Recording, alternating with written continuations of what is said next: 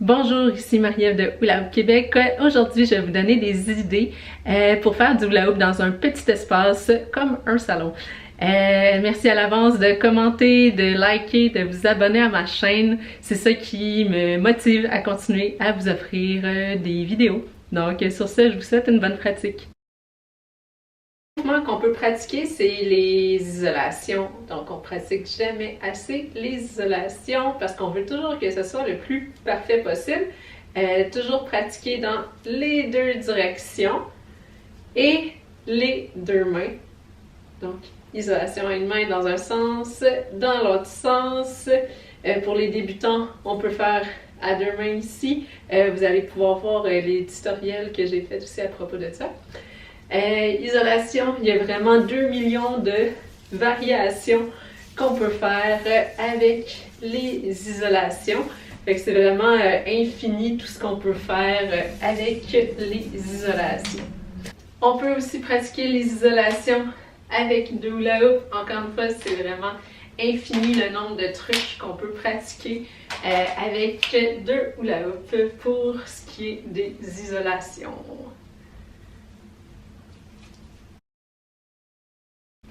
Donc, prochaine catégorie de mouvements, c'est dans le fond tout ce qui est balance, dans le fond les équilibres. Ici, ça peut être sur la main, sur le dessus de la main, sur les coudes. Encore une fois, il y a vraiment une panoplie infinie de mouvements qu'on peut pratiquer dans le fond dans la catégorie des balances. Si vous avez peu d'espace au plafond à cause d'un ventilateur ou d'un luminaire, vous pouvez aussi les pratiquer ici à genoux au sol pour faire dans le fond les balances qui sont plus sur le front. Tout ce qui est le hand body hooping, dans le fond, hula hoop sur le corps. Je vous présente Moonshine. Donc, genoux, pratiquer la taille, pratiquer ici, le chest, deux dans la main, donc pour éventuellement être capable de faire 6 hula hoop. Donc, pratiquer au genou, on peut se pratiquer aussi à monter le hula hoop, monter.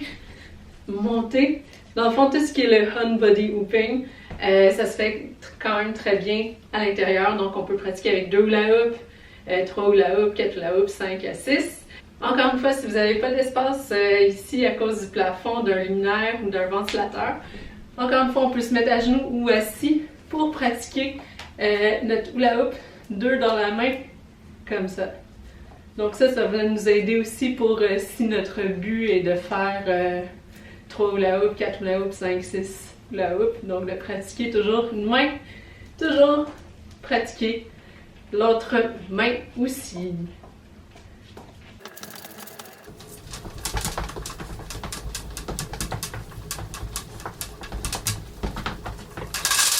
Dans le fond, autour du cou, ça fait partie du on body hooping. Ici, on peut pratiquer à sortir les bras. Il y a aussi cette petite wave-là qu'on peut faire.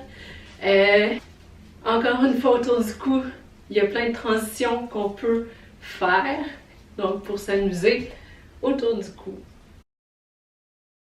Un truc que tu peux pratiquer assis au sol si tu n'as pas beaucoup de plafond ou si tu as un gros luminaire ou un ventilateur, ben c'est sur les pieds. Ça fait pas. Ça prend pas beaucoup de place. Puis, dans le fond, c'est le fun à pratiquer. Donc, hula hoop sur les pieds. On peut pratiquer changement de pied, changement de direction des deux côtés, changement de direction des deux pieds. Boum! Et l'autre côté, boum! Voilà. On peut aussi pratiquer à boum! Arrêter, attraper. Petit lancer pizza. Donc ça, c'est le fun. On peut quand même faire des petits lancers pizza à partir du sol. Toutes les rolls aussi, on peut les pratiquer à l'intérieur. Encore une fois, si vous avez peu d'espace en hauteur, on se fait un petit squat en même temps. Donc ça fait... on joint l'utile à l'agréable. Donc de travailler nos cuisses en même temps que nos chest rolls. Donc toujours pratiquer droite à gauche, gauche à droite. Encore une fois, il y a 2 millions de versions des body rolls qu'on peut pratiquer. Donc, trouver un petit peu la créativité dans ce genre de mouvement-là. et toujours pratiquer dans un sens et dans l'autre. Une autre catégorie de mouvements qu'on peut faire, c'est tout ce qui est break, paddle. Donc, break et paddle, ici, boum, hop, au niveau de la taille. Donc, encore une fois, 2 millions de possibilités avec cette catégorie de mouvements-là. Donc, c'est un bon moment aussi pour pratiquer le vortex.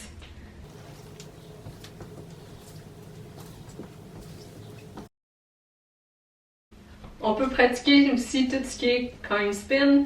Encore une fois, il y a 2 millions de façons d'enchaîner ce mouvement-là. Puis encore une fois, il y a 2 millions de variations. C'est un bon moment aussi pour se donner des défis d'endurance et de flexibilité. Donc, si vous voulez faire la passe assise hula hoop, donc un genou sur les bras, on peut pratiquer cette figure-là. Dans le fond, juste travailler l'endurance sur son pied comme ça.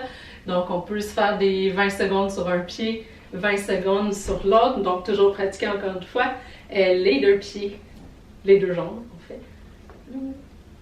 Ça travaille aussi l'équilibre, ce qui est quand même très bon.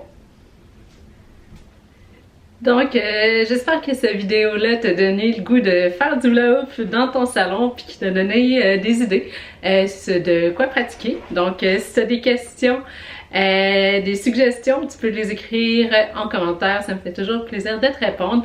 N'oublie pas de t'abonner à la chaîne pour être sûr de rien manquer. Aimer la vidéo aussi, c'est une façon de m'encourager. Donc, sur ce, je te souhaite une bonne pratique.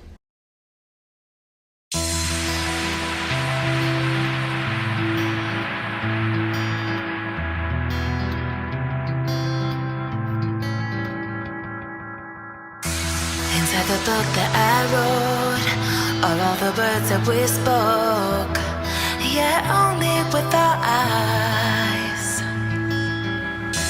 Now is the time to choose. Somebody wins and some lose. I can see through your disguise.